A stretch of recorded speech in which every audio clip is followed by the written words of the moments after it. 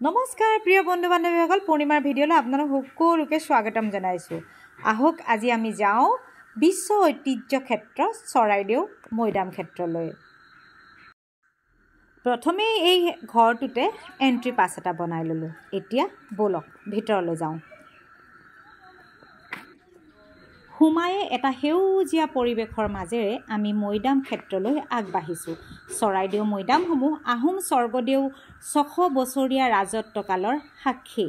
এই মৈদামসমূহ অসমবাসীৰ বাবে এক ঐতিহাসিক সম্পদ, কিয়নো বিশ্ব দৰবাৰত বৰ্তমান এই মৈদামসমূহ জিলিকি আছে। ২০২৪ চনৰ ২৬ জুলাই তাৰিখে ইউনেস্কোৱে এই মৈদামসমূহ বিশ্ব ঐতিহ্য ক্ষেত্ৰ হিচাপে স্বীকৃতি প্ৰদান কৰিছে। আহোম ৰজাসকল আৰু ৰজাঘৰীয়া বিষয়ববীয়াসকলৰ সমাধি ক্ষেত্ৰ এই ঠাইডোখৰ এতিয়া অসমৰ উল্লেখযোগ্য পৰ্যটনথলী। এই মৈদামসমূহৰ ওপৰলৈ উঠি যোৱাটো নিষেধ, কিয়নো এই মৈদামসমূহ আহোমসকলৰ পূৰ্বপুৰুষ। এই মৈদামসমূহে আহোমসকলৰ গভীৰ আধ্যাত্মিক বিশ্বাস আৰু ঐতিহ্য আৰু স্থাপত্য কলাক প্ৰতিফলন কৰি আহিছে। জনামতে যেতিয়া আহোম স্বৰ্গদেউসকলৰ মৃত্যু হৈছিল আৰু তেওঁলোকক যেতিয়া এই মৈদামসমূহত সমাধিস্থ কৰা হৈছিল, তেওঁলোকে ব্যৱহাৰ কৰা যিবিলাক মূল্যৱান সা সামগ্ৰী আছিল, যেনে সোণ, ৰূপ নাইবা অন্যান্য ধাতুৰে নিৰ্মিত যিবিলাক সামগ্ৰী তেওঁলোকে ব্যৱহাৰ কৰিছিল, এই সকলোবিলাক এই মৈদামতে তেওঁলোকৰ সৈতে সমাধিস্থ কৰা হৈছিল।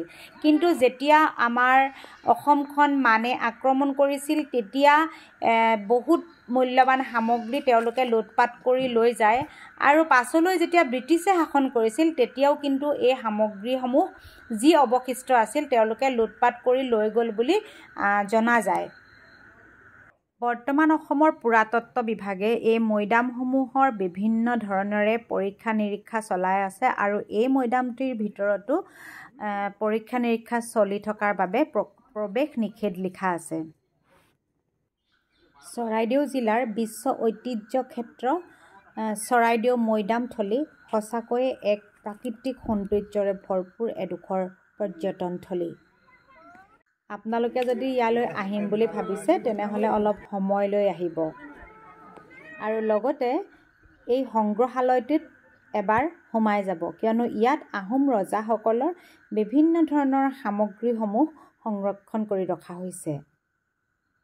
আশা কৰোঁ আপোনালোকে ভিডিঅ'টি চাই ভাল পালে, আৰু যদিহে ভাল পালে এটা লাইক কৰিব আৰু মোৰ ভুল শুদ্ধবোৰ কমেণ্ট কৰি জনাই দিব। ভিডিঅ'টি শেষলৈকে চোৱাৰ বাবে আপোনালোক সকলোকে অশেষ ধন্যবাদ জনালোঁ।